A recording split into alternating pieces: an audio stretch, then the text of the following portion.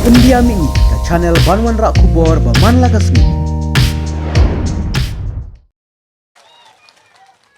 Bat hakajuk kapor ngakwa badong yapi. Pait ba.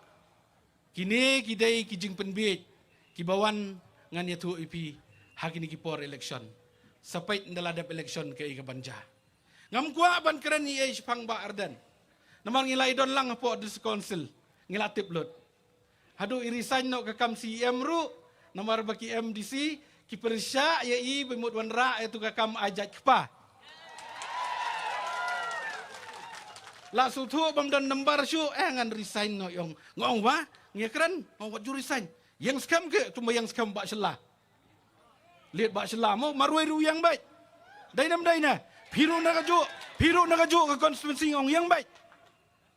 Henry M le men le pat yalam ke MDC le ya lenti teman siapa tam motor ban pen iwa siapa ban resign le ya lenti chona tam motor kai kata ke jengmut kam dai wis pen bit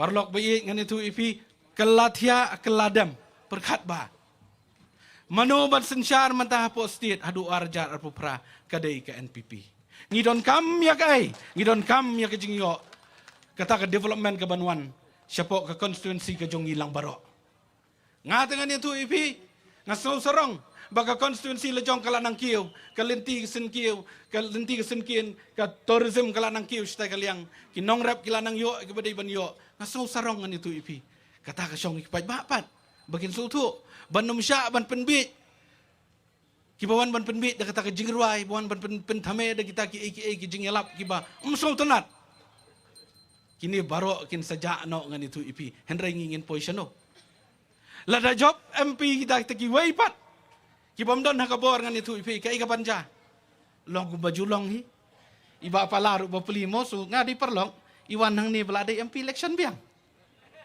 hendrai baro menta khatsan senam pat senuja ban yalap ban persngau ban penting ya kata ka BJP kata ka merat kemereng ngin pois dong ingin long mai komnehi